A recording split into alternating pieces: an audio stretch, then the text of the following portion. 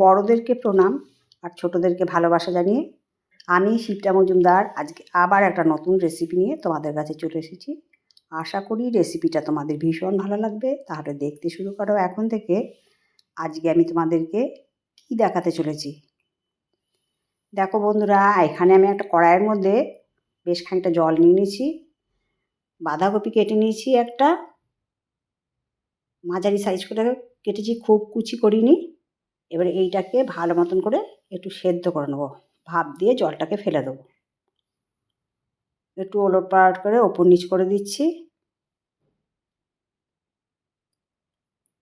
দেখো ফুটে উঠেছে। এবারে আমি ছাঁকনির সাহায্যে ভালো করে জল ছেঁকে ছেঁকে বাঁধাকপিটাকে একটা থালার মধ্যে তুলে রাখছি।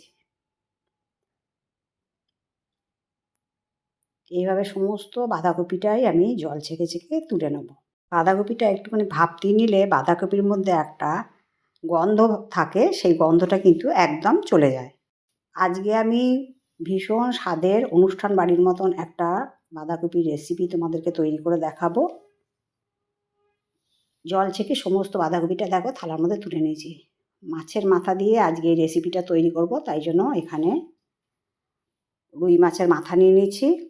লবণ হলুদ দিয়ে দিলাম। এবার লবণ হলুদ দিয়ে ভালো করে এপিট ওপিট করে নুন হলুদটা মাখিয়ে নিচ্ছি। মাখানো হয়ে গেছে। এরপরে দেখো আমি একটা কড়াই চাপিয়ে দিয়েছি, এখানে পর্যাপ্ত পরিমাণে সরষের তেল দিয়ে দিলাম। এবার চারপাশে খুন্তির সাহায্যে ছড়িয়ে দিলাম। তেলটা ভালো গরম হয়ে গেছে। এরপরে আমি মাছের মুড়োগুলো দিয়ে দিলাম। মাছের মুড়োগুলো দিয়ে এপিট ওপিট করে ভালো করে ভেজে নেব। এক পিঠ ভাজা হয়ে গেছে, আরেক পিঠ আমি সুন্দর করে ভেজে নেব। দেখো মাছের মুড়োগুলো খুব সুন্দর করে এপিট ওপিট করে ভেজে নিয়েছি। এবার তেল ছেঁকে ছেঁকে মাছের মুড়োগুলোকে আমি তুলে রাখলাম। এবার যে তেলটা ছিল তার মধ্যে আমি ডুমো ডুমো করে আলু কেটে রেখেছি। এখানে প্রায় 3টে আলু আছে। এবার দিয়ে দিলাম 1 চামচ লবণ, আর দিয়ে দেবো 1 চামচ হলুদ। এবার লবণ আর হলুদটা দিয়ে ভালো করে নাড়িয়ে চাড়িয়ে এটাকে আমি ভেজে নেব। লবণ হলুদটা যাতে ভালোভাবে মিশে যায় আলুর সাথে, সেইভাবে আমি ওপর নিচ নাড়িয়ে চাড়িয়ে কিছুক্ষণের জন্য একটা ঢাকনা চাপা দিয়ে রাখলাম। মিনিট 2-3 বাদে দেখো আমি ঢাকনা খুলে আলুটাকে দেখো তোমাদেরকে দেখিয়ে দিলাম, সুন্দর ভাজা হয়ে গেছে, সেদ্ধ হয়ে গেছে ভেতর থেকে। এরপর আমি তেল ছেঁকে আলুগুলোকে তুলে নিলাম।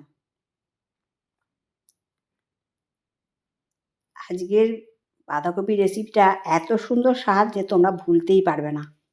তার মধ্যে আরেকটু সর্ষের তেল দিয়ে তার মধ্যে দিয়ে দিলাম একটা শুকনো লঙ্কা, একটা তেজপাতা ছিঁড়ে দিয়েছি, এলাচ দারচিনি লবঙ্গ দিয়েছি, আর 1 চামচ জিরে দিয়ে দিলাম।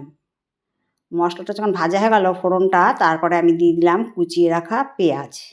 এখানে আমার 3টে পেঁয়াজ আছে মাঝারি সাইজের। এবার তার মধ্যে দিয়ে দিলাম 1/2 চামচের মতন হলুদ আর প্রায় 1 চামচের মতন লবণ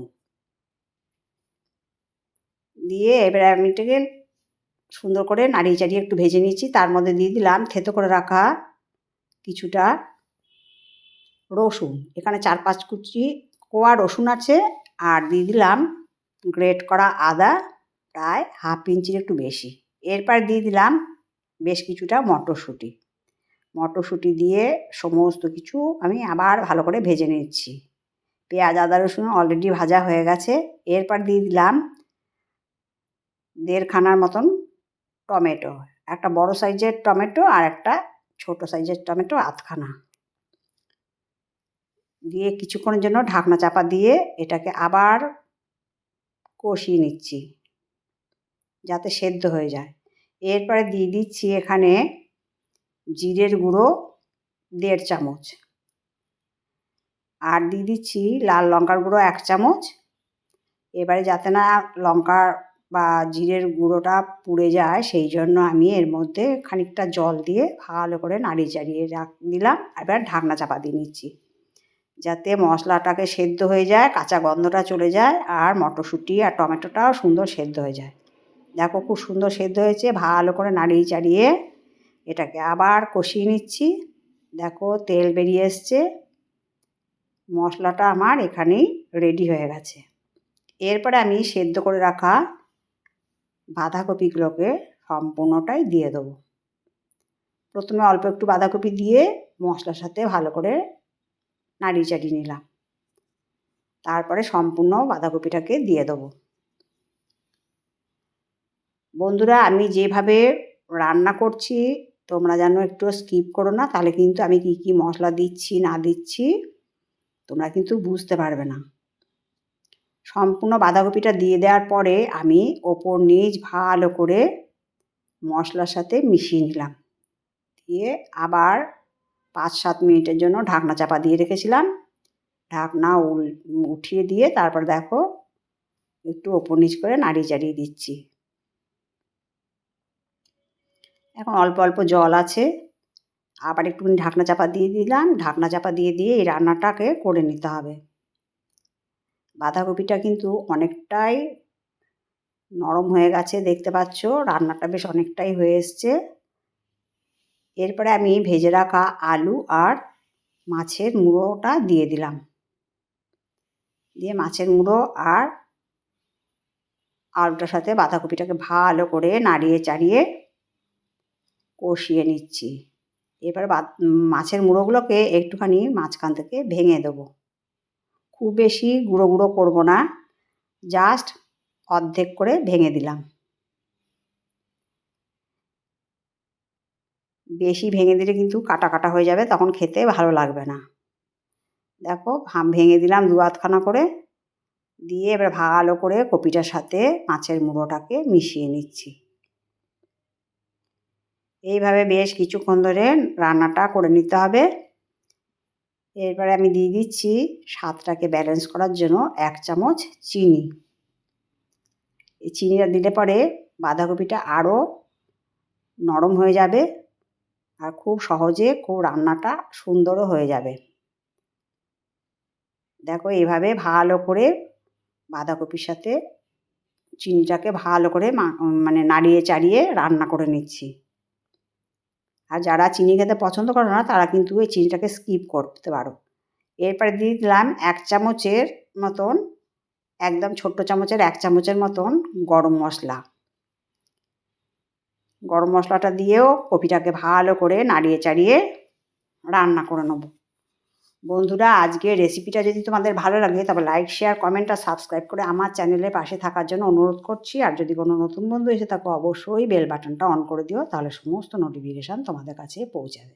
আমি বেশ কিছুক্ষণ ধরে রান্নাটাকে করে নিলাম। তারপরে আমি এখানে 1/2 চামচের মতন ঘি দিয়ে দিলাম। এই ঘি আর গরম মশলা দেওয়ার জন্য কিন্তু মাছের মুড়োর কোনো আষ্টে গন্ধও থাকবে না, আর রান্নাটা ভীষণ সুন্দর হবে। একদম অনুষ্ঠান বাড়ির মতন বাঁধাকপি রেসিপি, ভীষণ সুন্দর একটা গন্ধ বেরিয়েছে। তাই বন্ধুরা, তোমাদেরকে রিকোয়েস্ট করব অবশ্যই এইভাবে তোমরা মাছের মাথা দিয়ে বাঁধাকপি তৈরি করে নেবে। আশা করি তোমাদের আজকের রেসিপিটা ভালো লেগেছে। তোমাদের সুন্দর সুন্দর কমেন্টসের মাধ্যমে জানাবে আজকের বাঁধাকপি দিয়ে মাছের মুড়ো দিয়ে রেসিপিটা কেমন লাগলো।